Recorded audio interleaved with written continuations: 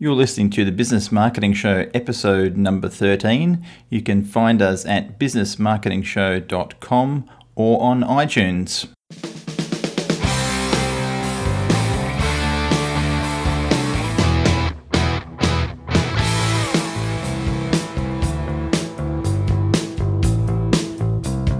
Welcome to the Business Marketing Show. I am here with my co-host, Ed K. Smith from Online Impact. I'm Brendan from the Search Engine Shop. How are you today, Ed? Excellent, mate. I'm good. Just recovering from a bit of cough and bronchitis, but we soldier on. We are dedicated to doing this podcast. So even at death's door, we're here. That's dedication. That's dedication. How about you, mate? How you going? I'm good. Just it's been a very busy week. This week I've been testing getting up at 5 a.m. to start my day earlier, so I'm feeling a little bit tired today, actually. Okay, 5 a.m. That's an interesting. I only thought there was a 5 p.m., but now that you've made me aware that there is a 5 p.m., that's interesting. That's not a time I would consider getting up, but I'm not an early riser. Never have been in my life. I'm a night owl. So, but that's good. I hope that works out for you. Yeah, new routine. I love the morning, so yeah. I'm usually done by 3 or 4 p.m. My brain is fried, no matter what time I get up. So I figure instead of working later, I'll get up earlier. So it's been good. Fair enough. That's good. Excellent. And there's probably lots of people who can agree with that. So, what are we talking about today? So we're talking about building websites, or I guess a process around getting a website built or even redesigned, because, as you are aware, when we do the workshops, we hear so many horror stories of people who spent $10,000, $15,000, $20,000 on a website and really didn't get something that's working from a sales and marketing perspective.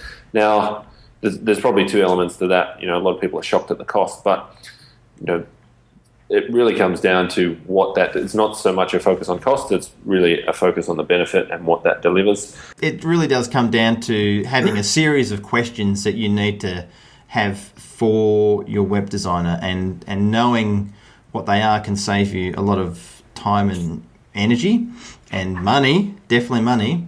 And we would usually begin in our marketing workshops with asking the question, who is your target market? So who is the website going to be designed for? Who's going to be looking at it? What are their ages, their genders, their profession, their geographical location, their socio-economic status? I mean, all of these things come into play when you're building a website and knowing who you're going to target. So that's, first of all, I think one of the most important things from a marketing perspective and from a website building perspective. Yep, agree. Because a lot of people start off and it's all about the design and the look and feel, which is a bad place to start, because it can, you can have a very basic website that works really well from a sales and marketing perspective, or you can have a really fancy website that looks pretty and it's beautiful and is terrible from the perspective of generating leads, calls, sales, inquiries, whatever it is. So yeah, exactly. Yeah, it's absolutely not about the look and feel. That's, it comes way further down the path. It's really, in the case of business, the website is really a sales and marketing tool. So, in other words, you're saying, who is the website really for? Who's going to be looking at the website? Yep. And it may be a case of, is this their first website, or is it replacing a website? So what do they have that already exists? Is there anything that can be used from the current existing website if they have one? Probably the very first point of the website is, we've spoken before in other podcasts, is what's it going to be called? Like, what's the domain name of the website? So having a name that's relevant is good. If you can get some sort of domain name that makes sense, that helps in sort of piecing it all together. Yep. So what's the purpose of the website? What is it going to do, and who is the target market? So is it a sales website, an e-commerce website, a lead conversion capture website, or just an information website or a brochure? I mean, there's nothing wrong with that if that's what your purpose for the website is. Yeah, agree. And I think it doesn't have to be a big over-engineered exercise. It can just be 15 minutes sitting down with a pen and paper. And at the end of that, you should have a list of what specifically you said the purpose, breaking that down. So you want the website to be able to give customers your contact details. You want to generate new telephone bookings, or you want to generate new inquiries that lead to bookings. Getting really specific and writing down the purpose can make a huge difference to that process. And often people get stuck in what I call the website redesign loop, where they build a website, they spend a lot of money, that's great, then they ignore it for 2 or 3 years. They decide that the website really isn't doing anything from a sales and marketing perspective, and they repeat the same process. They build a nice new pretty website because they see one of their competitors has a pretty website. That goes online and it sits there for 2 or 3 years. They do nothing to improve it or tweak it over time, and the cycle repeats. And it's kind of this default. There's a problem where this default thinking is that, the website's not working. It's not really generating that many inquiries, so I need to redesign it or rebuild it, which is really not true and not the case. More often than not, the existing website's fine. It's one of the other elements that's broken. And getting clear about that website purpose can really help guide the focus and will help get more out of, when you're working with web designer or external consultants. If you can go to them and tell them exactly what you're looking for, they can give you a much better solution. Yes, yeah, too true. So, so what's the main problem that your business, the website owner's business, is solving for the visitor? So, what is it that you're offering them that you can fix or improve for them? Whatever that may be, what's the offer? And then what sort of action do you want the visitor to take once they're on the site? That's, I think, what most websites miss out on, is they don't have a very defined call to action for a specific landing page on the site or a specific area of the site. It doesn't serve a purpose. It doesn't tell the visitor what they should do next. And I think that's really important to get people into a funnel, so get them moving towards doing something, taking some type of action. So having that planned out is really important. Yep, awesome. Okay, so that's kind of step one, right? Yeah. Okay, so step two would be then mapping out the site content or creating a site map, and then actually writing the content, the word content. So again, a lot of people are so focused on the design, that's all they care about. And then they have something that's pretty, and then they have to put words into it, which is really the wrong way to go. The reverse approach works better. So yeah, again, it doesn't have to be complicated. So the site map is a simple document, kind of in tree format, that lists all the pages on the site and how they kind of work together. And a typical small business website would have maybe a home, about, products page, services page, contact us page. So typically 4 to 5 pages. And then writing out the content, the word content for each of those pages. Yeah, and that's important to understand, so that will make it easier for the visitor. So they shouldn't have to really start digging around too deeply to find what they need. It should be very obvious to them where they need to click. If you've got too much buried too deep, then that could be harder for them to find. Very, very important, I find, that even to this day, I'm still amazed I don't see this a lot on some websites, is they don't have a search box. A very clear search box makes things very easy. I've gone to sites where I go, I can't quite see what I need. I wonder if it's on here. I just go into the search box, type in a term, and up pops some relevant pages, and I go, there it is. So you've got to have a search box definitely built into your map and processes. Yep. So that's content. And what do you think about using a copywriter, Ed? I think a good copywriter can actually make a big difference between getting conversions and not getting conversions.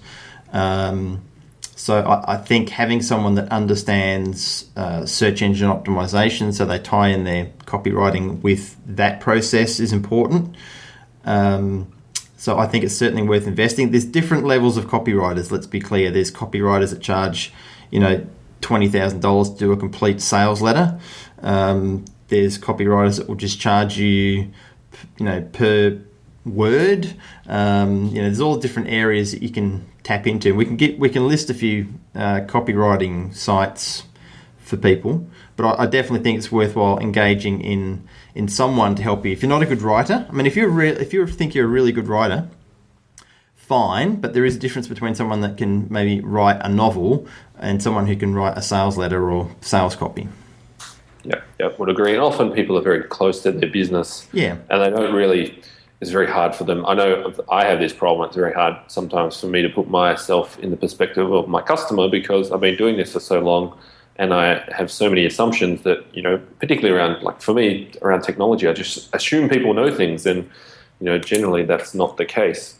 So I think, using a copywriter can help overcome that and just get the content will be clearer for someone who's new to your product or service or your business. Yeah, for sure. I think sitting down and working out, and for those who haven't gone through this process, it's probably good, working out what your USP is, your unique selling proposition or unique selling point.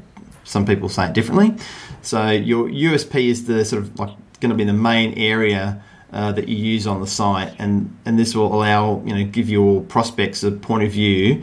So when they land on your site for the first time, they'll quickly work out if the site is for them or not, and that's going to be what your USP will do. So I think it's very important to get that right, and you'll reduce the bounce rate and hopefully increase your conversions if you target that properly for your target market. Yep, cool. Okay, so that's step 2, getting the content and the sitemap nailed and ironed out. So at the end of that step, you really should have a couple of Word docs with the written content. So then the next step is getting your photography and imagery sorted. So a lot of people don't even consider this step when it comes to the website. They rely on the web designer to sort it out, and they end up with a bunch of stock photography that looks very over-engineered and looks fake. So I think the photography and imagery needs its own dedicated step, and we're kind of at the end with, the era of stock photography is over. Everyone has an iPhone, or almost everybody has an iPhone or a smartphone, which can take fantastic, photography without really having to do any work in terms of the settings. So, there's really no excuse. Even if you don't have the budget for a professional photographer, there's no excuse not to have decent photos on the website, decent images. Yeah, agree. And that is a very important thing to do, is to get that right. Look, stock photography, the only time I would suggest stock photography is to be used on a website is when it's of something that's generic in nature, like a photo of something out in nature, or a photo of a rock, or a photo of a building, something that really hasn't anything to do, that doesn't have to do with your product or service. If you have a product or products you need to get professional photos done, photos of your staff need to be, the original ones. Photos of staff in, sort of background settings, like if you're a law firm and you've got a picture of, a meeting table or something, or and the staff at it. It shouldn't just be generic staff that are there in a stock photo. It should be your staff. So I think stock photos still have their place, but you have to be very, very careful. One of the places that we use is Dollar Photo Club. They're pretty good, so you can check those guys out. So they charge $99 for 99 high quality stock images, and then it's $1 for every photo after that. And they've got a lot of good stuff. So it's very inexpensive compared to a lot of the stock photo places. But anyway, yes, I agree. You've got to have good photos. No two ways about it. Yep, and I agree with you. Reiterate your point. I see a lot of people who get a professional photographer in, and they take pictures of offices or cafes or hotels, and there's no people in the photos, and it just looks weird. So if you are getting photography done, generally speaking, photos with people in them will convert better than photos without people. That I guess for example, if you have a restaurant or a cafe, taking a photo of the cafe or having the photos done with people in the cafe is going to be better and feel better than the photos with the cafe completely empty. Yeah, because that's not a good sign, and that's a subliminal message to you saying, "Oh God, no one eats at that cafe. There's no people in there." It's funny how the mind works. That people may think, "Oh, what a load of rubbish," but it's so true. So yeah, lots of people in there drinking coffee, eating food, happy, smiley, awesome. So, and I'll link to an example. I have a client that is a train museum in Sydney, and they did their photography without people, and the museum's all geared around stuff for kids. So they the photos just look, to me, it feels a bit eerie that there's this place that's completely empty. So I'll link to that example. No, that's a very good example. I mean, you can certainly picture the difference in your mind, almost like a train museum graveyard, as opposed to a live interactive place where there's lots of happy kids seeing, steam trains and steam engines and stuff like that, and families, and because it makes the person who's looking at it go, oh, that's really good. Look, there's lots of families there. Good, we'll take little Johnny or little Mary to that and see whatever. So, yep. It's definitely about the feeling, like the picture. Good photography portrays a good feeling, or it helps people resonate with your brand. Brendan, a picture paints 1,000 words, mate. It does. It's a cliche, but my God, it's true. All right, what's next? True. Well, the next step is web design, and I would say, a lot of people focus heavily on the design of the website. I would say you'd probably be better off putting more time and effort into the photography and having a more simple design than the other way around. So true. Once you've got the content written and once you have the images and photos taken, then the next step is to work with a web designer to actually create the look and feel of the website. Now, we want to be clear here. There's two people involved. So this step and the next step, there's two different people involved. A web designer who is a graphic designer who makes pretty stuff, pretty websites, and then there's a web developer who is a programmer who turns that design into a functioning website. Now, sometimes they're the same person, but more often than not, they're actually two different people. So those are two different phases. So we're talking strictly here about the designing phase. Yes, absolutely, the designing phase, not the development phase, which is a different kettle of fish. So too true. I would definitely spend more money on the photography side of things than that. I mean, typically you can get a really good design done. This is not the development side. This is just the design of the site, and probably a lot of people haven't had this definition put to them before. $1,500 to $2,000 would be a typical sort of price, I would say, to expect to get a decent quality design done, particularly if you're talking about a WordPress site, because they have certain systems that they can work within and that they know what to do. So, and there's lots of good designers out there. We can certainly point you in the direction of them. Yep. Like, us. But there's lots out there. Depending on where you live and what you do, it may be different companies, but you just need to certainly qualify when you're talking to a web design company if they are design and development or design only. So there's sometimes they are both, as Brendan said. Yep. And this is also an optional phase because you can buy off-the-shelf pre-designed templates, particularly for WordPress. Yeah. Or you can get free templates. You can, for a good-looking template, typically you're spending around $100. So if you're on a limited budget, my suggestion would be to put more budget into if you can only do one or the other, put the budget into photography and use a website template that's going to cost you $100, and that's the design done. I mean, it's not going to be a unique website. There's going to be other people using that design, but the photos will bring up and give it the kind of look and feel and that differentiation that you're looking for. And you can always get a redesign done later down the track, whereas you get the photography done, you can use it in all sorts of different things, signage, in print stuff, brochures, and all that sort of stuff. Too true. Very good. So and get spend some money getting your logo done. You don't typically have to spend a lot of money to get your logo done for the site. You may already have your logo, so that would help you with working out the colours, etc., of your site, because you probably want to have them so that there's similarly aligned with the colours that are in your logo. So your web designer can pull those colours and make sure that they're exactly the same on the website. If that's how you want it to go. Okay, cool. So that's web design. That's step 4. And now we're in. So just also at the end of each one of these steps, the work should be completely done and signed off. There should be no going back to a step and reworking. So one of the problems when a web design job takes too long or the timeline blows out is when they complete a step, they write the content, and then they want to go back to that step and rewrite it and rework it. These are very discrete steps. So once step 2, the content's done and signed off, that's it, it's done. Photography, that's it, it's done. When the website design is done, that's it, it's signed off, it's final. So at the end of that stage, you'll have a bunch of PSD files or Photoshop files that are then given to a web developer who turns that into a website. Now, this is step 5. So once that's built into a website, you'll get to see a draft, and there might be minor tweaks and changes that you make at that stage, but there shouldn't be a complete rework of the design once the developer has it. Yeah, exactly. That would be an expensive thing to do and a pain in the butt. So, yeah, getting it right in the first place will save you a lot of hassle.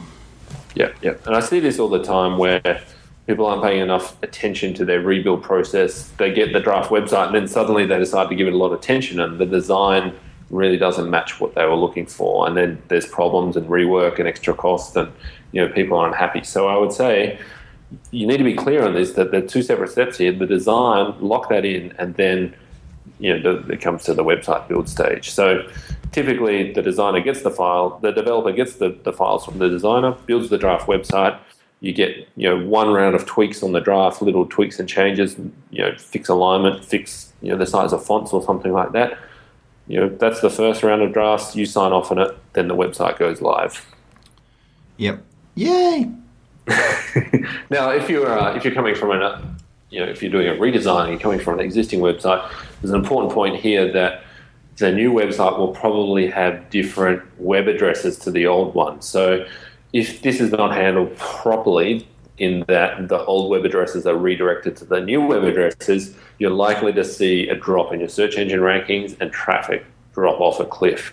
So you need to ask questions around this stage about SEO and making sure that your rankings don't drop. So making sure those web addresses redirect, and also there's some of those hidden SEO code fields need to be redone in the new website. So definitely some SEO considerations here. Yep.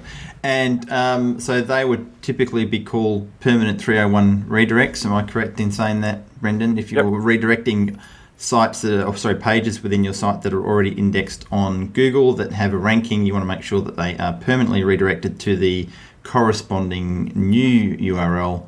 Because quite typically what I find, and you probably are the same with a lot of building of new sites now that with clients that already have existing sites, is quite often their old sites are built in a sort of static HTML layout. So all of their pages end with .html, whereas WordPress does not work that way typically with its system.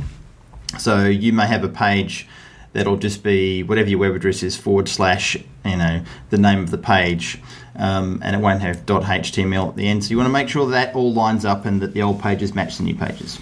So that's the sort of thing. Just to be aware of it and get it sorted, because I've seen this happen a lot where people don't do it, and then they leave it too long, and then they lose any search ranking that they had, as Brendan said. So yeah, and probably one more point is make sure that because often when you get a rebuild done, you're changing web designers or web companies. So making sure your Google Analytics account is transferred across to the new website so the data is consistent. Yep. You don't lose the history is also very important, because I see these are like 3 classic mistakes. You see a website rebuilt, they don't do the SEO stuff, they don't do the analytics, so you have no visibility into what's going on, and the ranking also drops. So you spend all this money on something that looks great that now is performing worse than the old website. Yeah, too true. And definitely get it set up in Google Webmaster Tools as well if you don't have that, and that will show you any issues that you have, and you can also manage your redirects and stuff through there. So all good. So we kind of combined 2 steps there. So I had web development and online marketing, but those are probably 2 separate things. So the day the website goes live, you have to be thinking about those, or before the website goes live, you need to be thinking about those, the online marketing components. Yeah, good to know. So we're not going into the implementation of those, just to make people aware that that's something they have to consider at the sort of tail end of the site going live, or the new site. So very good. I think we've pretty much covered it. Cool. Nothing else that I can think of. We can talk about budgets probably in another podcast. I think that would be a discussion in itself, right? Yeah, it very well could be, because that's a whole another kettle of fish as what the site's going to be used for, as that will sort of govern the budget. Yeah, so how much does the website cost question? Yes. So that's definitely another topic for maybe the next one. Okay. Sounds good. All right. Well, any questions? Feel free to put it in the comments section on the website, and we will happily get back to you. And thanks, Brendan. Sure. Thanks, Ed. We'll catch you next week. Catch you on the next one. Thanks, folks.